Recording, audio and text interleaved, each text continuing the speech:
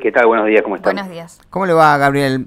Bueno, no le voy a preguntar cuál es su parecer respecto a la destitución que se ha dado a conocer, además con algunos flojos de argumentos, de hecho ni siquiera se lo argumentó debidamente, pero bueno, sí me gustaría consultarle, porque nosotros tenemos, por ejemplo, el caso de lo que es el Museo de la Casa Histórica de Tucumán, todavía no concursado, ¿no? Todavía designado a dedo el director, y me imagino que la misma situación está ocurriendo en varios museos nacionales.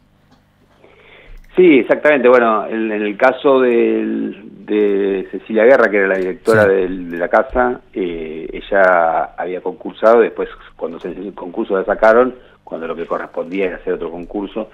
No es mi caso, yo en su momento había concursado en el Cabildo de Buenos Aires. Sí. Después en el histórico estaba designado, con lo cual ahí sí a nivel legal no hay ningún problema. Claro. Pero sí fue todo muy intempestivo y sin razones, como decían antes, ¿no? Claro, claro. ¿Cómo fue? Porque, a ver, nosotros nos hemos enterado por lo que han publicado ciertos medios, pero ¿lo llamaron ese mismo día y le dijeron a partir de hoy dejás de ser el director? Sí, en realidad primero me dijeron, como digamos más lógicamente, este es su último mes, es el preaviso, ¿no? Claro. Además uno tiene que dejar un montón de cuestiones administrativas resueltas, ¿no? Cuando hay un fin de gestión. Pero después, como yo decidí adelantar una visita que iba a hacer en agosto, yo cada tanto hago visitas como director, digamos, claro, al público, y la adelanté para hacerla en el último mes. Iba a ser este sábado, y entonces como un montón de gente que se empezó a expresar en solidaridad con el despido iba a venir a esa visita, me adelantaron el despido y me dijeron a partir de hoy, ya anteayer, ¿no? El martes, ya claro, no sos director, sí. Lo cual fue un lío para justamente cerrar la gestión. Claro. De todos modos decidí hacer la visita igual, no adentro del museo para no comprometer a nadie, pero hacer una charla afuera, justo el museo está al lado del Parque Lezama, en San Telmo, acá en Buenos Aires, y entonces la voy a hacer así como una charla, después la gente si quiere puede entrar al museo, porque hay mucha gente que quiere ir igual.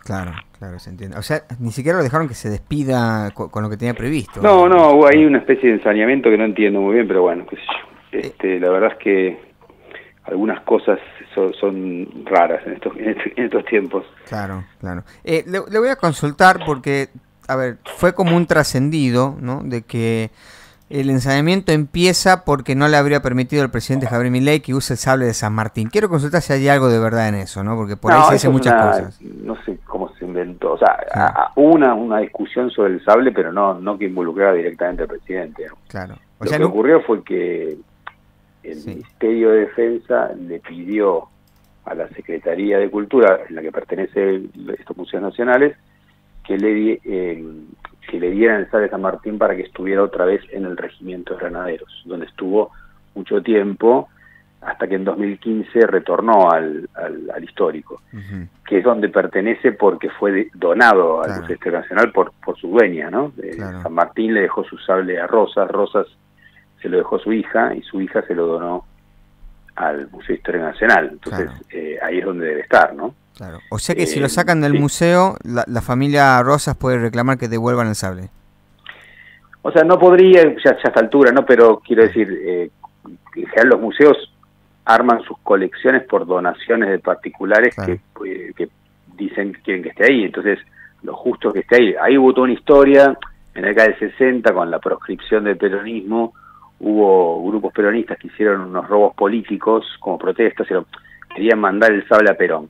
El ejército lo recuperó en ambos lugares, en ambos momentos, y después con Onganía él decidió que no estuviera más en el histórico, que estuviera en el Regimiento de Granaderos, el sable.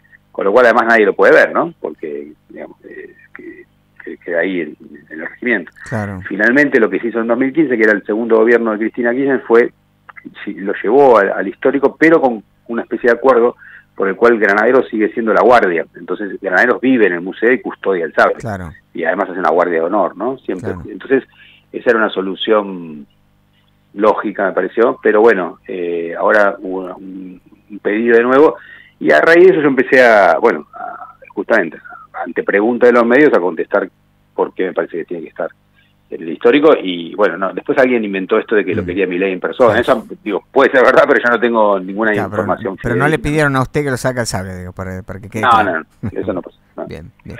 Lo que sí también, bueno, yo hablé en esas notas me empezaron a preguntar por el presupuesto del museo, cuando comenté que ese museo, como todos los otros museos nacionales, sin excepción, no tiene presupuesto alguno, y que eso es un riesgo enorme para el patrimonio nacional.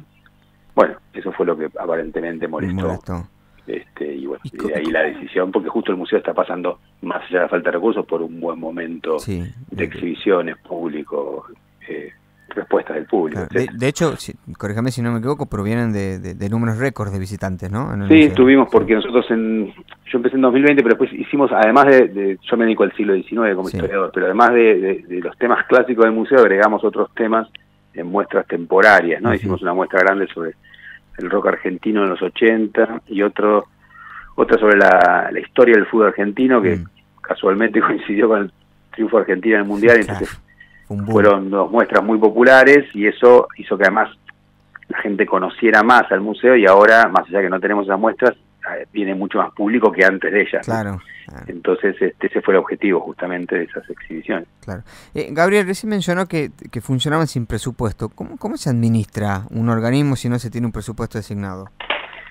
Bueno, es decir, los museos nunca manejan dinero directamente, ¿no? Es decir, es la Dirección Nacional de Museos la que hace las compras, las licitaciones, todas esas cosas, y uno dice, bueno, necesito, no sé, membrana para el techo, acrílico para hacer vitrinas y poder mostrar los objetos para el público, eso, y se organizan licitaciones y se le reparten a distintos museos.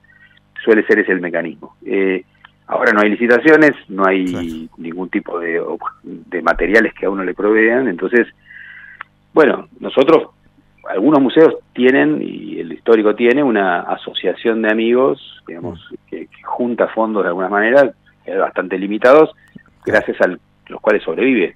Literalmente es una supervivencia, porque si un museo, un edificio del siglo XIX, ¿no?, uno no lo va reparando permanentemente, si uno lo repara permanentemente no es caro hacerlo. Claro. Si uno lo abandona, después los edificios se deterioran muchísimo y después sí es carísimo, ¿no? Y lo mismo si uno quiere hacer una exhibición, porque lo que tiene que hacer un museo, ¿no?, que es mostrar su patrimonio, ir cambiando para que sea dinámico y la gente vuelva, necesita no inversiones enormes en lo más mínimo, con poco dinero se puede hacer cosas muy buenas, pero sin dinero alguno realmente es muy difícil, ¿no? Claro, y es lógico, ¿no? No es lo mismo pintar una pared que tener que hacerla de nuevo, ¿no? Claramente. Exactamente, y eso pasa si uno mira varios edificios históricos, les ha pasado eso, ¿no? Terminan en un momento de deterioro tal que ya obliga a una intervención que sí es carísima, y lo mismo, a ver, si un lugar se llueve sobre el patrimonio nacional, es algo que es imperdonable, ¿no? Por no tener membrana. O sea, nosotros sí compramos con Nación de Amigos, pero digo, no son cosas menores, son edificios muy antiguos que requieren, insisto, intervenciones permanentes. Claro. Gabriel, más allá del amargo sabor de boca, ¿no?, por las formas de la salida, ¿qué recuerda de su paso como director del Museo Histórico Nacional? La verdad que fue una experiencia fascinante, porque además el museo ese tiene un equipo de trabajo muy bueno, y se han podido hacer un montón de cosas. La verdad es que se ha trabajado muchísimo, pero fueron 5 años muy, muy intensos. Además empezamos la gestión con el equipo en pandemia, pero la verdad es que, bueno, es un museo fabuloso, ¿no? Yo le recomiendo a todos los que vayan a Buenos Aires que pasen por él, o sea, los que no lo conocen, porque tiene todo el patrimonio nacional más importante, ¿no? Y además de distintas provincias, es auténticamente nacional. Y realmente, si a alguien le gusta la historia, le interesa la historia argentina, es un lugar para ver. Bueno, tener el honor de dirigir ese lugar es fascinante, porque a mí me gusta, me dedico a la historia de siempre, y ahí está, sobre todo el siglo XIX, está todo lo más importante, digamos, para ver. Y además pudimos incorporar el siglo XX por primera vez en la historia del museo. Ahora acabamos hace 2 meses de inaugurar una muestra que cubre la primera mitad del siglo XX argentino, que antes no se cubría en el museo, porque el museo era solo el museo, sobre todo el siglo XIX, y también un poco colonial, ¿no? Y bueno, justamente lo que más pena me da es que yo estaba haciendo el guión integral de nuevo del museo, me faltaba también el periodo prehispánico y colonial, que la idea de terminar el año que viene, pero bueno, eso quedó truco. Claro. O sea, la idea era extender todavía mucho más los periodos que abarcan las muestras. Claro, porque con donaciones nuevas que estuvimos pidiendo a distintos personajes de la política, de la cultura, y a gente común también, con campañas en las redes, fuimos armando una colección del siglo XX bastante interesante, y la idea era seguir también con el siglo XX para poder llegar hasta el año, no sé, 2001, era la idea que teníamos, Ujú. y poder hacer que el museo siga cubriendo la historia argentina, no solo la Claro. historia argentina más antigua, sino la historia argentina más reciente también. Claro. Bueno, ojalá que quien le toque, y que lo resuelvan rápido el concurso primero, pero a quien le toque que continúe con la idea, ¿no? Que estaba bastante Sería buena. bueno, sí, ojalá. Veremos qué ocurre. Gabriel, muchísimas gracias por su tiempo. No, gracias a ustedes. Que tenga un buen día. Hablábamos con el historiador Gabriel Di Meglio, ex director del Museo Histórico Nacional.